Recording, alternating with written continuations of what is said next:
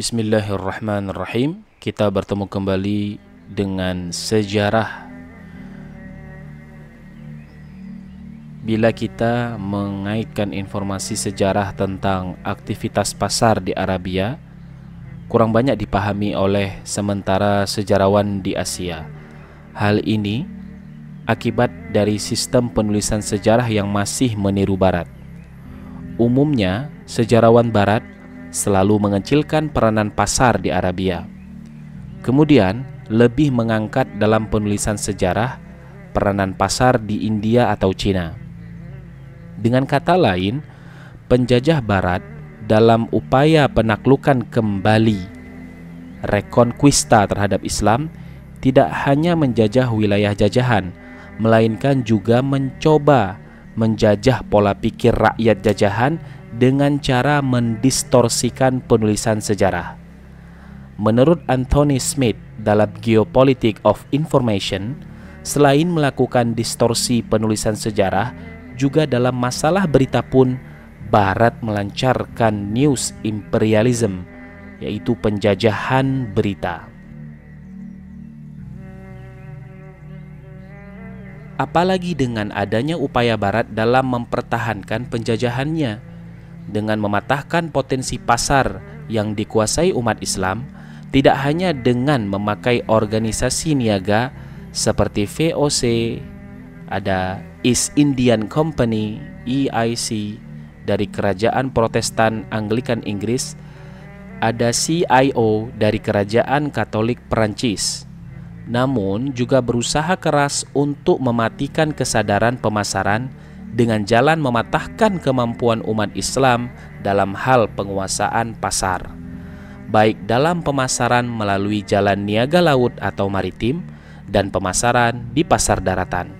Dengan kata lain, menciptakan hilangnya kemauan umat Islam sebagai wirausahawan atau sebagai wiraniagawan, ditumbuhkan keinginannya hanya menjadi punggawa atau pegawai penjajah. Dalam upaya menghilangkan kesadaran pemasaran dari umat Islam yang demikian itu, penjajah Barat berusaha pula menguasai sistem penulisan sejarah. Mengapa demikian? Karena dari hasil penulisan sejarah akan berdampak terbentuknya citra dan opini masyarakat jajahan tentang kisah masa lalu yang dibacanya. Maka ditargetkan dari hasil bacaannya akan menumbuhkan perubahan sistem keimanan dan tingkah laku sosial politik dan budaya selanjutnya yang memihak kepada penjajah.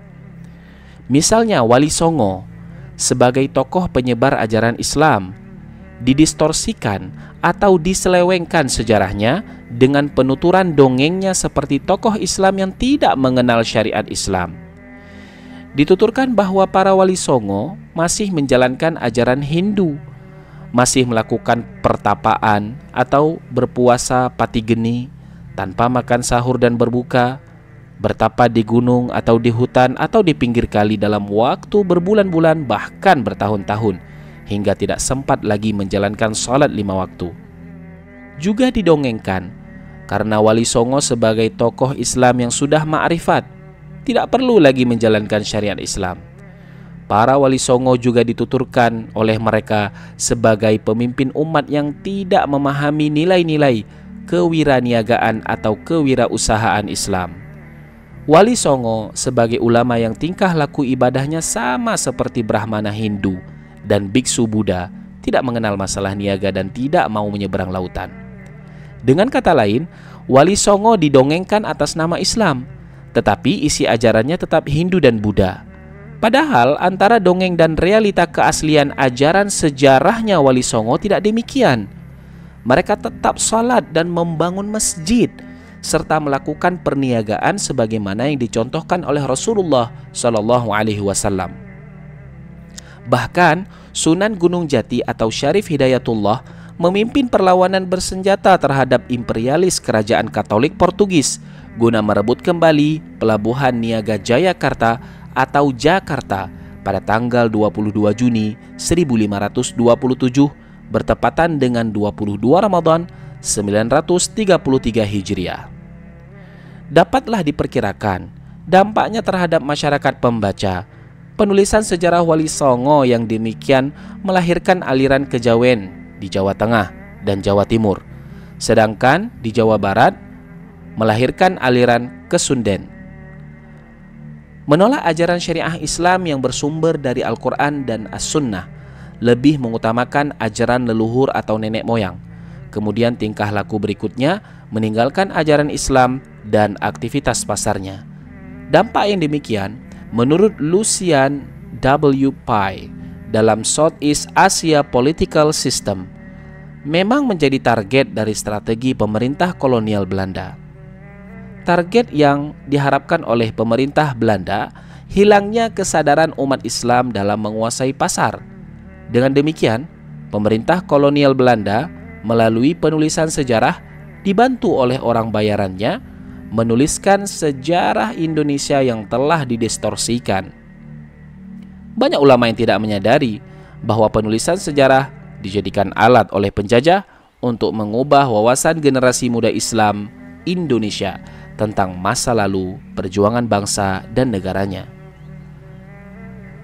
Bertolak dari pengalaman di Eropa, proses terjadinya perubahan pelaku pasar, penganut Katolik tidak mau lagi jadi wirausahawan. Kenapa sebabnya? Karena hal ini terjadi akibat gereja melarang orangnya di pasar, karena Tuhan lebih menyukai orang-orang yang di gereja. Dampak dari ajaran itu adalah pasar menjadi kosong dari orang Nasrani. Kemudian siapa yang menguasai pasar yang menggantikannya? Pelaku pasarnya digantikan oleh orang Yahudi. Hal ini dapat dibaca dari keterangan Robert L. Heilbronner dalam The Making of Economic Society.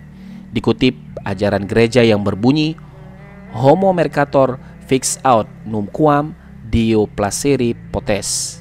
Wirausahawan sangat langka atau tidak pernah disukai oleh Tuhan.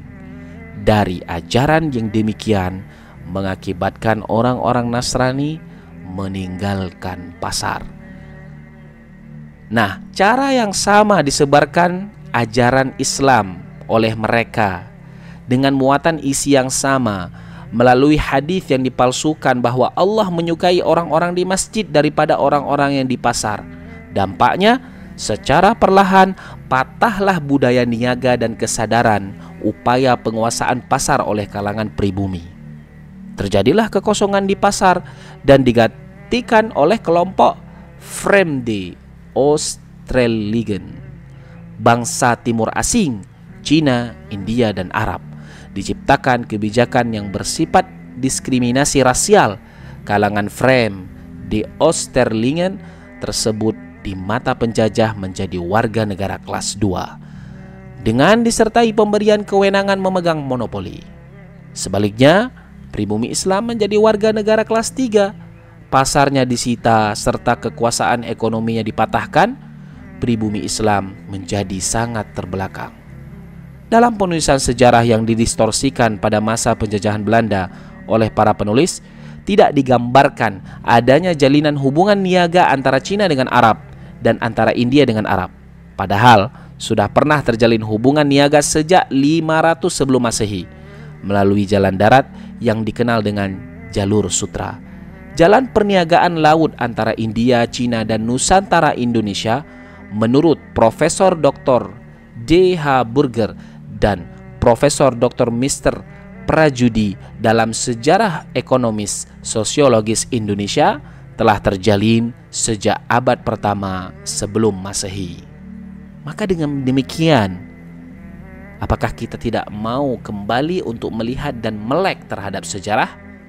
Saksikan Jas Merah di Insan TV. Insya Allah akan kita bahas tentang sejarah-sejarah yang lainnya. Demikian, billahi taufiq. Wassalamualaikum warahmatullahi wabarakatuh.